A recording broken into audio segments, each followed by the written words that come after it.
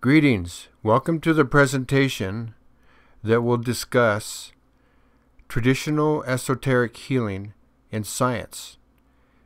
These two seem to want to look at what's different. But what we're doing here in this presentation is looking at what's similar. How can we support each other? How can we build a bridge as opposed to building a fence or a wall? That's what we're looking at here today. This presentation is done in a good way and with a good heart, and is meant for those people who are curious about these kind of things. I hope. This presentation was put together for the Noetics Society in Taos in the year 2013, a little bit before Christmas. This invitation in no way says that Noetics endorses this, nor any other group or organization. This presentation is meant to stand on its own, an island unto itself. Test my faith healing work, have scientific equipment. What go out to the decimal point, 000. But before I talk about that, I'd like to give a little background on myself, please, why I'm here. I was trained in Native American healing arts in 3 different Southwest disciplines. I trained for 10 years as an apprentice in the School of Hard Knocks, which means if I did something wrong, I got a hard knock on my head, which turned into a welt. And if I said anything or squirmed, then I had a welt on top of a welt. So I learned very young on not to be, just to take my medicine. I can't do that in the way that I teach nowadays because I'll get sued and everybody will run away. So in these 10 years, they said, my son, today I cut the string. And they cut the string and they said, from today forward, you are no longer my apprentice, you are my equal. Go into the world and do what we train you to do. That was a very startling day for me because I was used to being an apprentice for 10 years, not really doing anything, just studying. And I said, well, where do I go and who do I teach? And they said, don't worry, my son, Spirit will guide you. I'm going, oh, come on, man. You know people. Give me a name in Chicago. Just go. Man, here I go. What am I going to do? So that's where the journey began. But people ask me, too, Feather, you have 3 teachers, and I don't have no teachers, and I've been looking for 20 years for a teacher. How is it you get 3 teachers, and I got none? And the fact about it all was that I did not look for these teachers. They pointed their fingers at me and said, come with me. I didn't ask for this kind of work. Back in the old days, I was just a money maker. I owned quite a few companies, and I was very good at making money. But one day, making money lost its interest to me, and I just said, I'm tired of this. I'm going to work for 1 more year and save up, and I'm going to quit.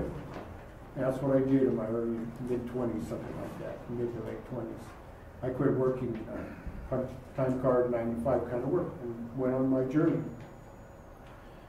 So, when these scientists came and basically took their white glove off and went to me, you know, like, I'll duel you in the morning, you know, bring your pistols or swords. I said, well, okay, well, let's do it. What do you want to do? And they said, well, you call us up and we'll come and test your clients. So what I normally do as a routine is I do 10 clients a day healing work. I start in the morning and I work till all 10 clients are done. So I call these scientific team up and I said, all right, I got healing going over Port Macquarie, Australia. I got 10 clients lined up. Come on over, bring your equipment. So what they did was they tested the client before they came in the healing room. They stayed in the healing room with me for 1 hour, and then after they got out, they tested them again with their scientific equipment. They went to 0.0000. So why would I permit this kind of stuff? What if I'm a charlatan? What if I'm not really doing anything? What would I have to be afraid of? Well, I am who I am, and I do what I say I can do. And I said, bring it on and do your testing. So after a whole 10 clients and a day of testing, the scientists come out with the conclusion that every single person that came in had an advancement toward better health. If not, the health situation was completely gone. Now, my name is not G-O-D. I do not know everything, and I cannot fix everyone. But I have a higher rate than most doctors in the hospitals as far as bringing people back to balance and harmony. And I don't really like the word they use the word cure very much or heal, because what our real objective is to bring them back to balance and harmony as much as we can at that time with the tools that we have available at that time. So my belief in this world is there's two languages. There's a language of faith and there's a language of science. Sometimes the faith people will listen to the language of science, but very rarely will the science language listen to the faith people, because your woo-woo stuff, where's your proof, where's your evidence, I want to see some decimal points. So this is what I'm doing. One of my jobs that my teachers assigned me to was to be a bridge between the faith and the no faith people. And not to demean scientific people that they don't have faith, it's just that they speak in a different language.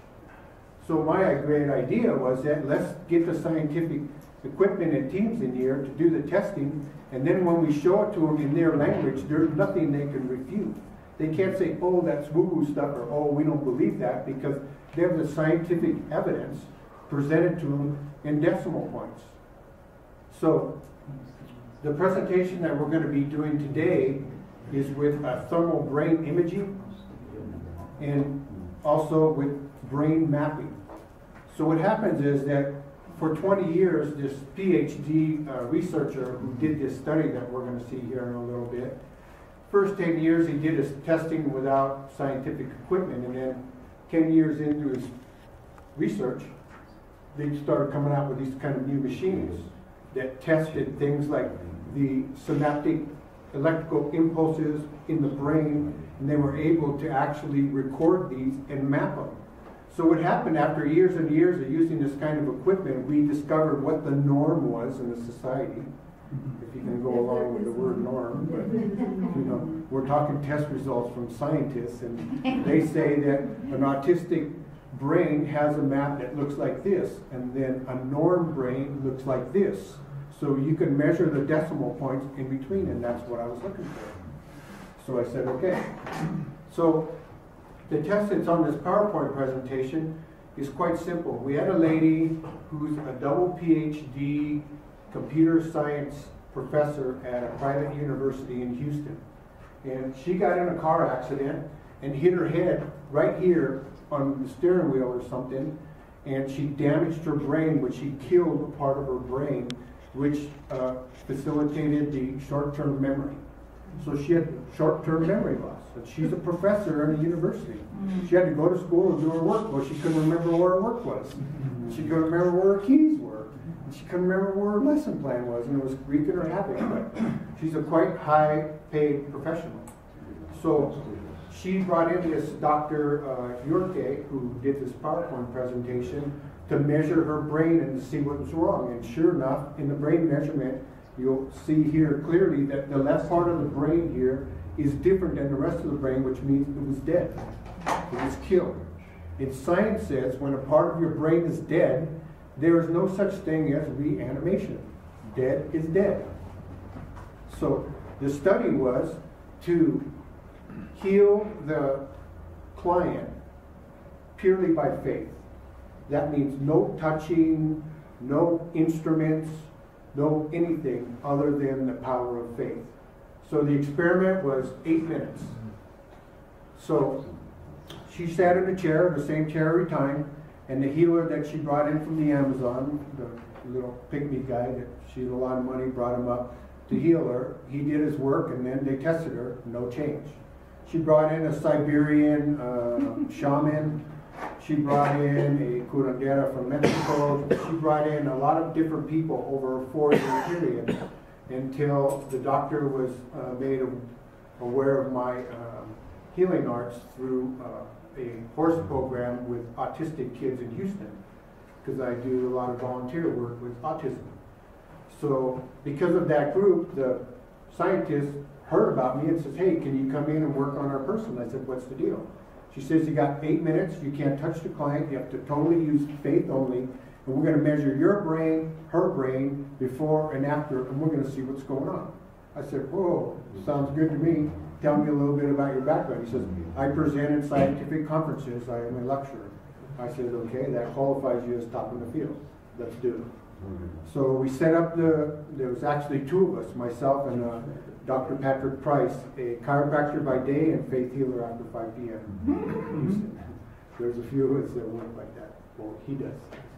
So we sat her in a chair, and before all that, I had to sit in a chair like this with a mask on, could not blink my eyes, and could just breathe smoothly for 14 minutes to find out what the norm is, what my brain map norm is.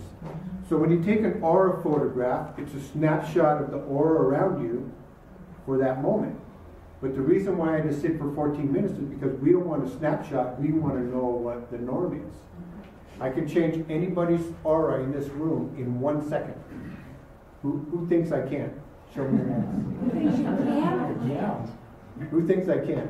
Yeah. Okay, very good. One volunteer, come on up. Just stand right here and face me, please. Okay, let's say right now her aura is like an orangish kind of just saliva in my face, in my mouth. I'm going to project that toward her and slap her at the same time. In 1 second, her aura turns to red. Okay, so that's okay. I accept doubters and I encourage that.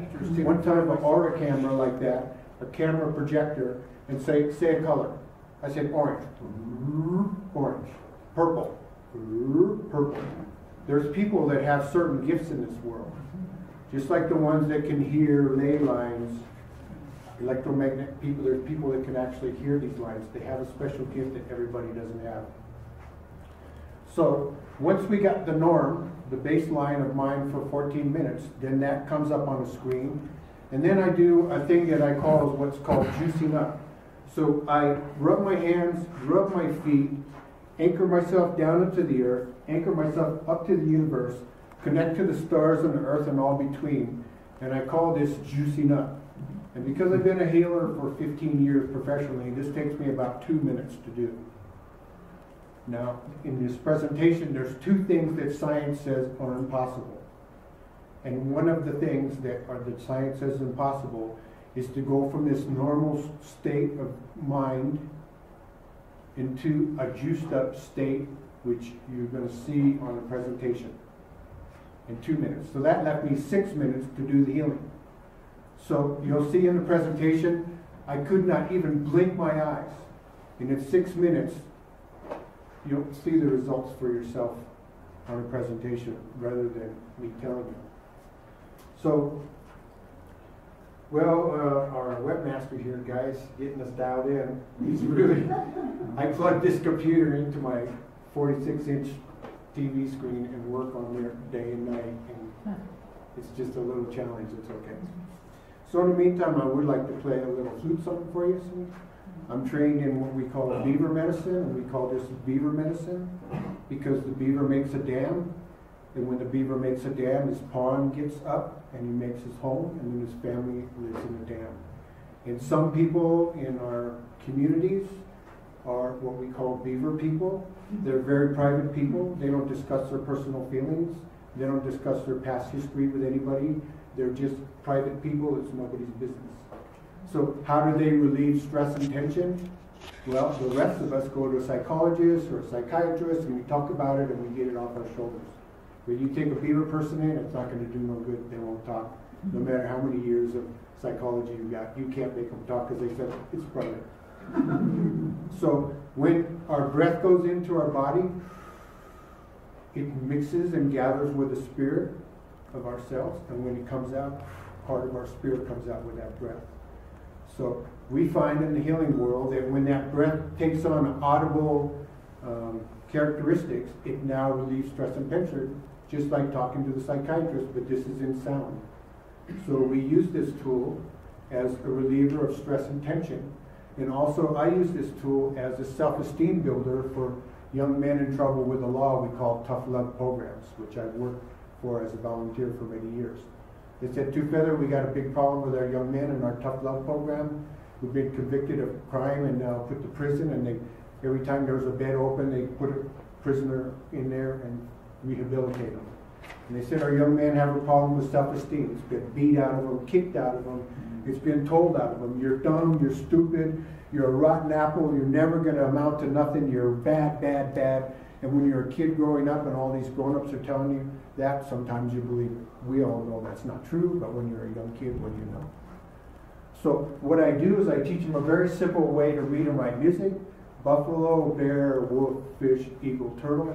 And when they learn how to write bear, bear, wolf, fish, eagle, turtle, they can make music. And when they've been told you're stupid and dumb and you can never do nothing, and then they do this.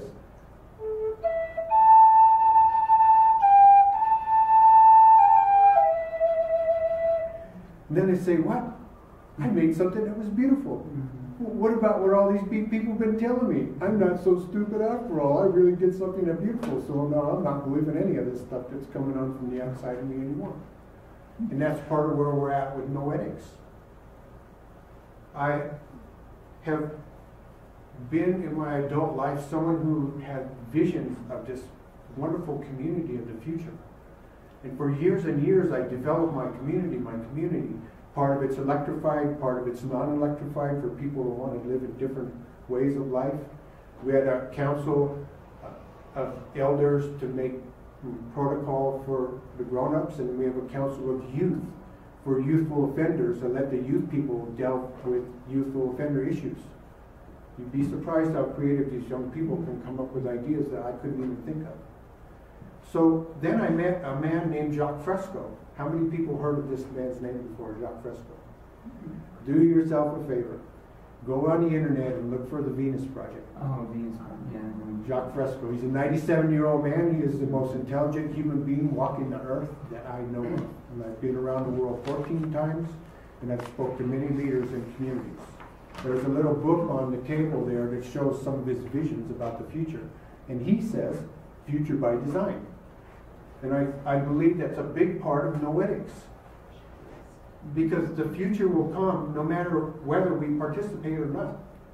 And when the future comes and we have no hand in participating, then when it comes, we can cry all we want, but we didn't do anything to have a change in that.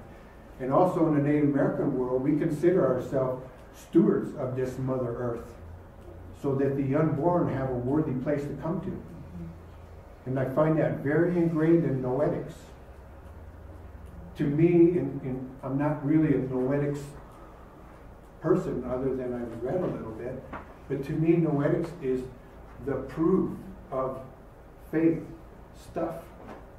And that's exactly what we're doing here today with this presentation.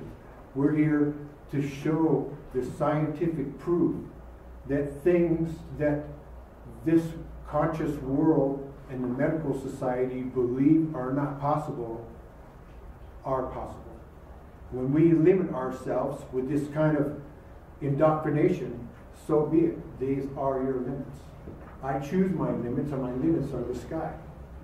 And that is the limit on my creativity and my ability. So we'd love to play a short little song here. Put some good juju on the computer. It's really important. It might be hard to see if it's not on the screen.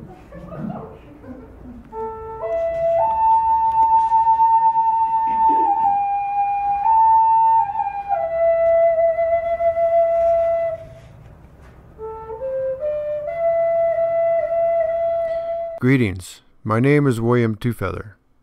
We are here today to do a scientific project which validates traditional Native American faith healing. The scientist asks, how does this work? What is a decimal point? So that's what we're here to deliver today, is that language science through faith techniques.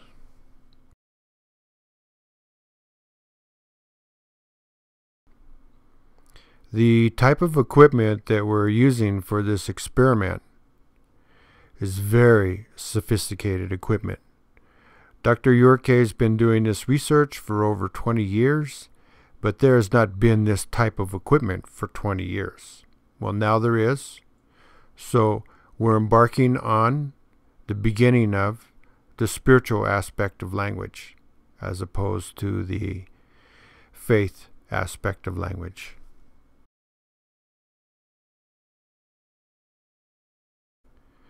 Where we go now in the presentation is to getting the baseline.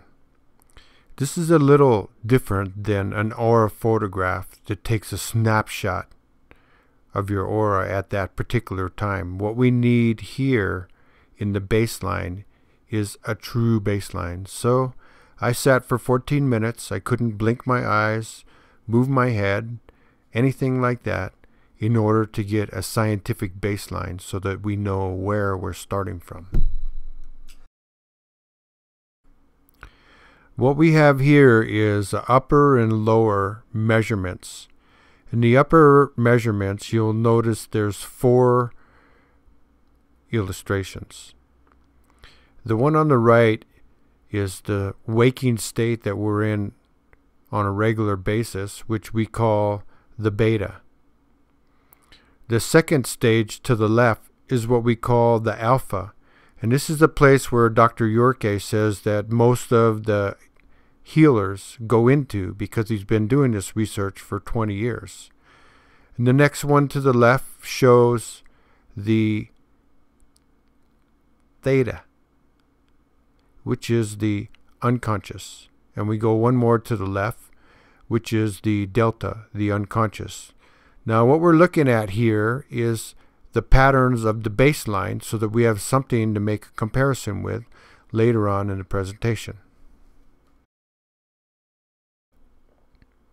The lines on the bottom, the red lines and the blue lines, are kind of like the Richter scale on earthquakes. The thin lines are like a 2 on the Richter scale, and the thick lines are like a 9 on the Richter scale. It's not 2 times 2, it's 2 to the power of. So there's 2 things in this presentation that are scientifically not possible, and we will show them to you shortly. This presentation shows the healer juiced up. So when we're talking about juiced up, we're talking about 8 minutes for the experiment from beginning to end. So it takes about 2 minutes for me to get juiced up, because I've been doing this for over 15 years. So once we're in the juiced up state, that is the place from which the healing actually occurs.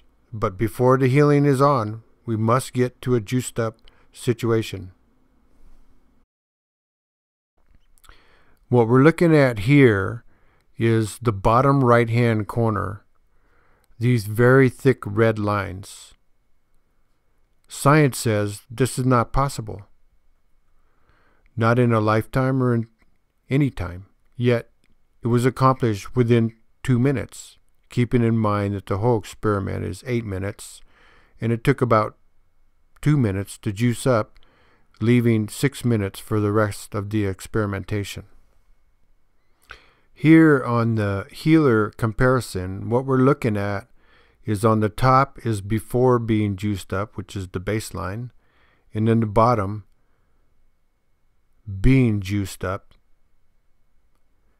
The comparison we're looking at here on the left-hand side is, on the top left-hand side, you see no lines on the far right side. And then on the bottom, after being juiced up, you see a very large, heavy amount of red lines on the right and one to the left as well.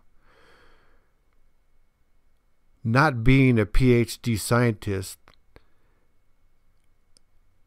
to explain this in layman terms, just look at it. Now on the right hand side, when you see the color comparisons, you notice that in the beta state, the one that we're in right now, you can see a very large change from the top and the bottom. Then we go into the alpha, which is the altered state as we all know it as. There's a very large change again. But then when we go into the subconscious, in the theta, there's like really no change at all. And then we finally get into the delta, which is the unconscious, and we see the largest change of all.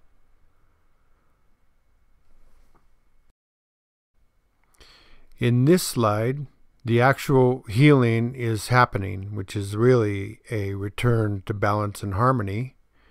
But this part of the brain over the right ear that's visible to you has actually been dead. Short-term memory loss. So the objective here basically is to reanimate that part of the brain or effect some type of change to the better. You'll notice the eyes closed on the healer, myself. You'll notice that there's no touching involved. The head cannot be moved.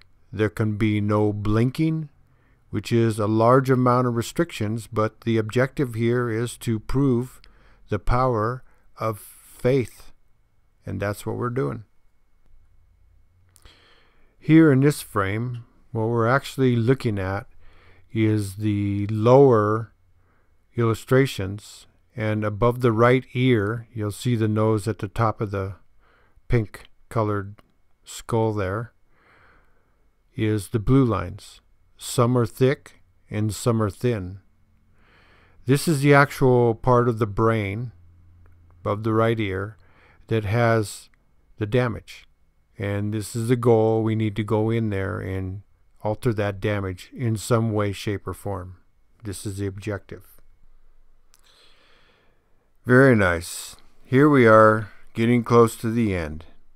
The client comparison. What we're looking at here is what's different. On the bottom parts, on the left, we can see the before, and on the right, we can see the after. So, in the before, we can see the blue lines that have the thick and thin lines coming from the right area above the ear, which is the area of the brain that has been shut down, short-term memory. And then we have the comparison on the right. Now on the right, there's two sets of pink heads, the bottom line and the top line. On the top line, the first one we see is the blue lines are no longer dominant above the right ear. They've been switched, changed down to the bottom and the back.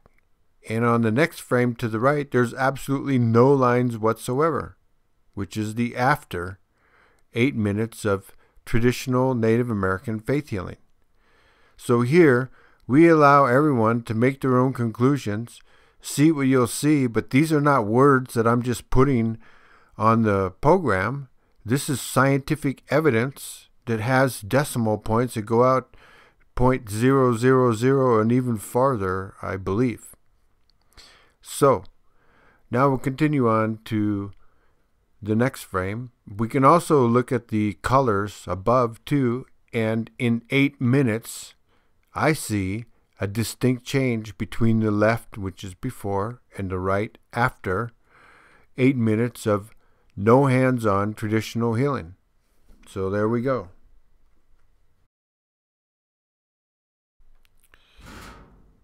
And here we are, the summary. Two Feather, myself, believes that there's actually only 2 languages in the world. Some people will dispute this with me. I'm okay with that. But they are science and faith. Sometimes the faith language people will listen to the science language people, but rarely will the science language people listen to the faith language people. The science people want to see, what's the decimal point? How can you prove this? What's going on? So many questions. Fine. So this presentation is given in that light, speaking with the science language, so that when science language people see this presentation, what else can you conclude? It's up to you. So have a read there. Thank you for your attention and your time.